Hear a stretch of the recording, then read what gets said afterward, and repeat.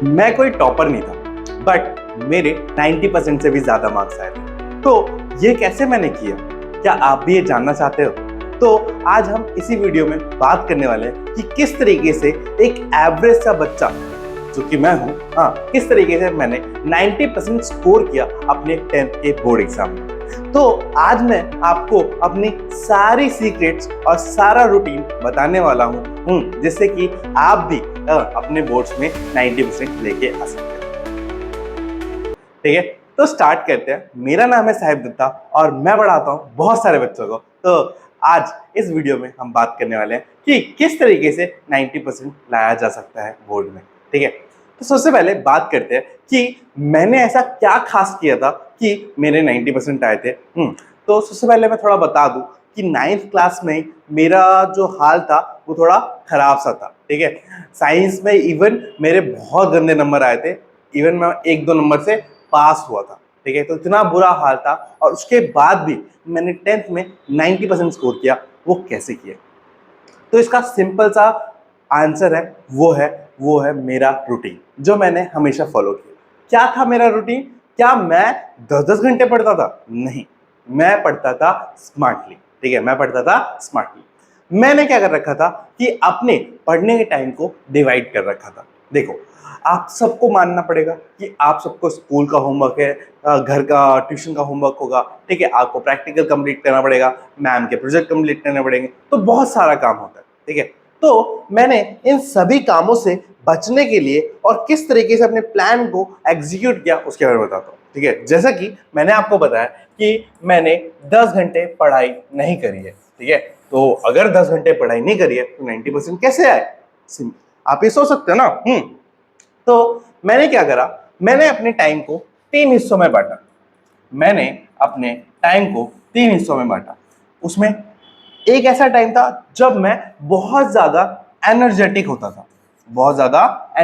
था, मेरे अंदर बहुत ज्यादा एनर्जी होती थी।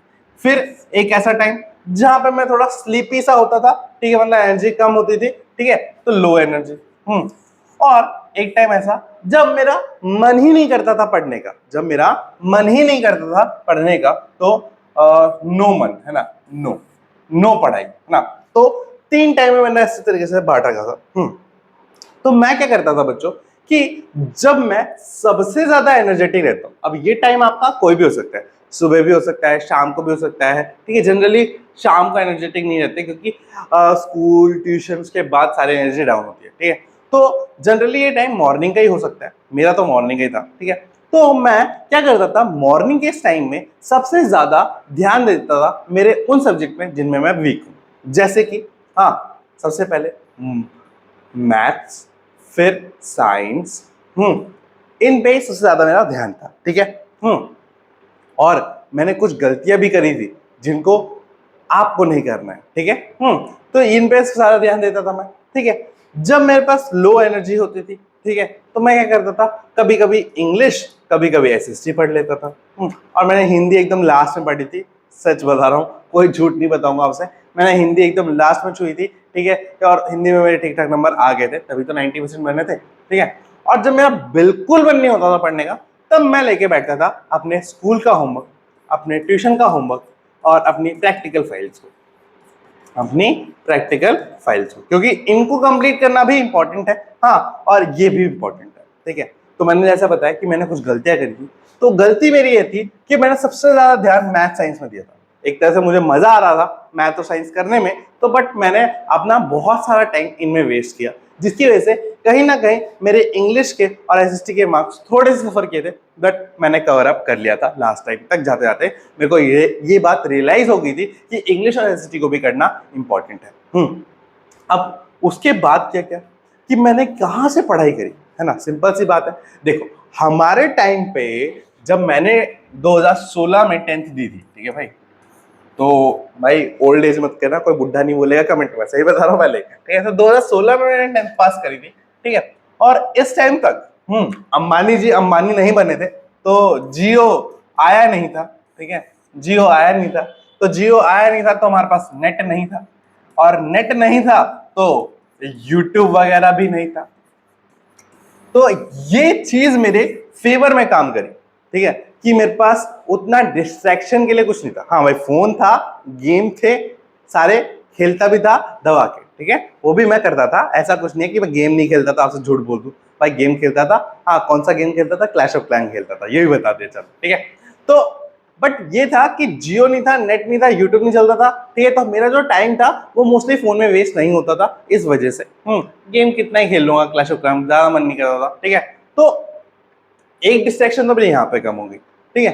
तो अब जब मेरे पास नेट नहीं था, यूट्यूब नहीं था, तो मेरे पास जो पढ़ने का मटेरियल था वो था लिमिटेड, और वो था क्या? लिमिटेड।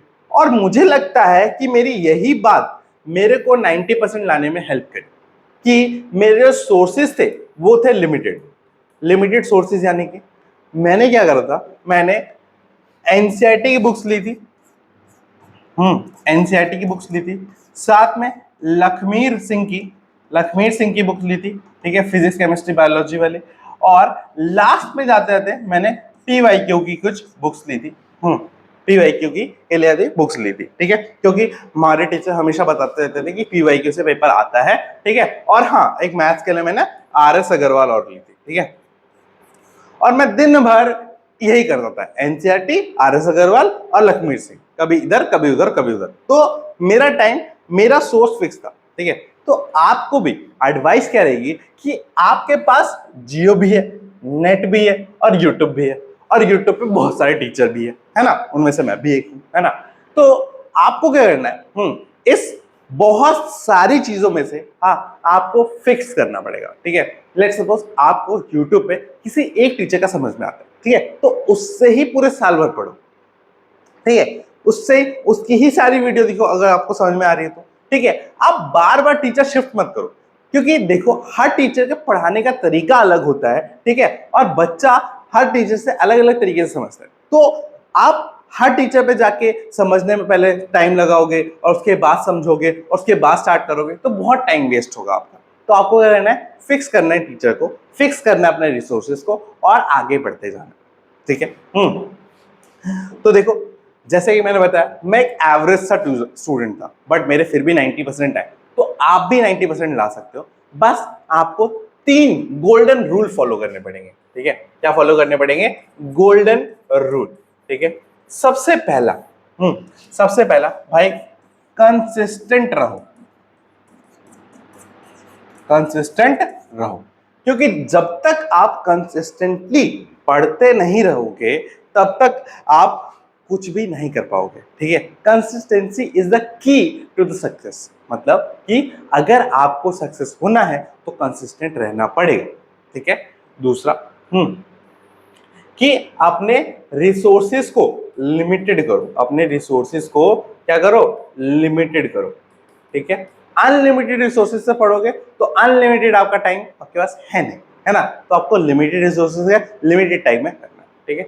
तीसरा भाई, मेरा और बाकी सभी टीचर का आपसे सिर्फ एक ही चीज कहनी है, NCERT plus PYQ is the Bible for you,